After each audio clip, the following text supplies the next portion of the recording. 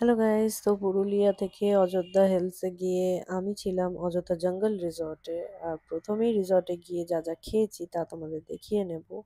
তো ব্রেকফাস্ট থেকে শুরু করছি। ব্রেকফাস্টে পেয়ে গেছিলাম পুরি সবজি।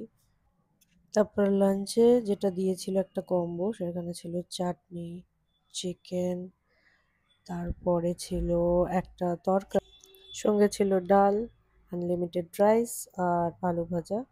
আর বিকেলে দিয়েছিল এই যে একটা ভেজিটেবল পাকোড়া, যেটা কিনা আলু দিয়ে তৈরি ছিল, বেশ ক্রিস্পি আর ভালো খেতে ছিল। সঙ্গে দিয়েছিল চা, মিল্ক টি দিয়েছিল, যদিও ব্ল্যাক টি অপশন ছিল, কিন্তু আমার মিল্ক টি খেতে বেশি ভালো লাগে, তো মিল্ক টি নিয়ে নিয়েছিলাম।